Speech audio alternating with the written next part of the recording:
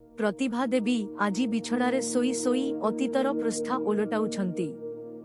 दायित्र सेही उच्चा सीढ़ीटिकु चढ़िबारे से एते निमग्न थिले जे समय केतेबेले तांकु जीवनर अपराह्नरे आनी ठिया करई देला से जानी पारिले नाही।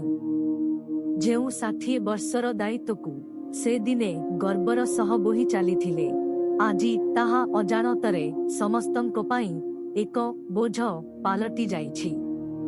सेही पुरुणा माटी घर 5 प्राणीको कुटुंब अभाव भितरे भी से समस्तंको संसार गढ़िबारे व्यस्त थिले।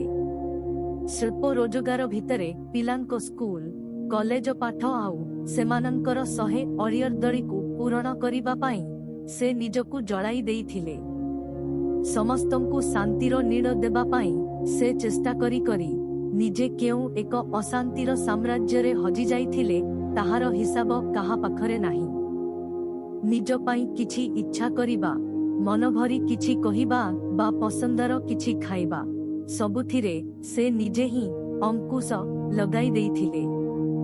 सेतेबेले देहरे बळ थिला, हाथ गोड़ साथ देउथिला आउ से समस्तंकर प्रिय थिले।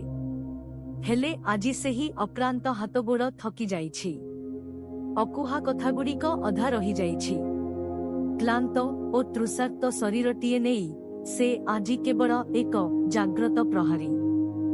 हठात बोउ बोउ डाकटाए कानरे बाजिला। प्रतिभा देवींको मौला मनरे टिके आशार संचार हेला। बोधहुए झियो आसिछि। से निजकु प्रस्तुत कले उठिबा पाई। मने मने भाबिले टिके गपसप हेबी, टिके मनर बोझ हालुका करिबी, तेबे जाई मोर एही दीर्घ दिनर शून्यता दूर हेबो।